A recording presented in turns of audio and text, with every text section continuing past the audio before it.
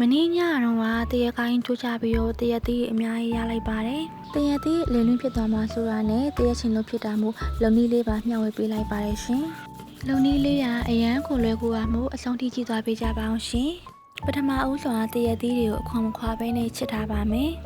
။တရသီးများအားလုံးချစ်ပြီးတော့တခြားရေးဆေးပြီးတရေသွင်းပေးပါမယ်။ရေသွင်းပြီးသွားရင်တော့ရေထက်ထည့်ပြီးဒီတစ်ခါကြောက်ချင်လေးပါထည့်ပြီးတော့ဆေးပေးပါမယ်ရှင်။ကြောက်ချင်နဲ့တေးချသွားဆေးပြီးရင်တော့ရေထက်သွင်းပေးပါမယ်ရှင်။ရေသွင်းပြီးသွားရင်တော့လုံးဝတန့်စင်သွားအောင်လို့နောက်ဆုံးအနေနဲ့တရေထက်ပြီးတော့ဆေးပေးပါမယ်ရှင်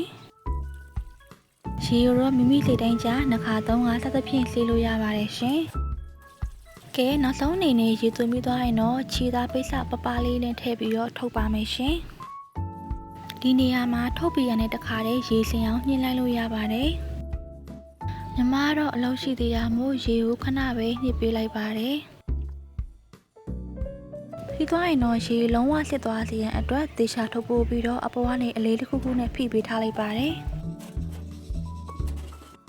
ကဲအခုတော့အလုပ်လဲပြီးပြီရေလဲသေချာစစ်သွားလောက်ပြီဆိုတော့ထုတ်ထားလေးကိုဖြီးကြည့်လိုက်ပါမယ်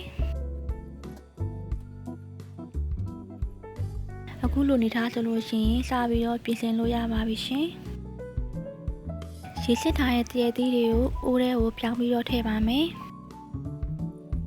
ဒီနေရာမှာပြောချင်တာကတရက်ချင်းကစီးပွားပြည့်မဟုတ်ဘဲနဲ့မိမိအိမ်မှာပဲလှုပ်ရှားဖြစ်တဲ့တရားမလို့တယောက်နဲ့တယောက်လုံနီးကွဲပြားနိုင်ပါတယ်ရှင်စားအနှဲငယ်နဲ့နွေနွေးမုံအနှဲငယ်ထည့်ပြီးတော့နေပါမယ်ရှင်။အရန်ညံတော့မှဆိုလို့စားအများကြီးမသုံးပါဘူးရှင်။မိမိကအချင်းမကြိုက်လို့ရှင်တော့စားဖို့ထည့်နိုင်ပါတယ်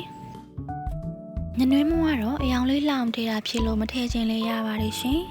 ။စားနဲ့နွေနွေးကိုတေချာသမစွာနေပေးပြီးရင်တော့ဘူးလို့တစ်ခုတည်းကိုထည့်ပေးပါမယ်။နေထားတဲ့တရသီးတွေကိုဘူးတဲ့ကုံလုံးထည့်ပြီးတော့တေချာစွာဖိသိပ်ပေးလိုက်ပါမယ်။ဘူးကတော့အလေးတဲလေးကြီးသွားပါတယ်ရှင်။အကုန်လုံးပြီးသွားရင်တော့ရေခဲတက်တာလေးတညလောက်ထားပြီးရင်စားလို့ရပါပြီရှင်။တောင်းလေးကြရင်လေသေးရွလုံနည်းလေးတင်ပြီးမှမို့ like and follow လုပ်ပေးကြပါအောင်ရှင်။အဆုံးထိကြည့်ပေးကြတဲ့အတွက်ကျေးဇူးအများကြီးတင်ပါတယ်ရှင်။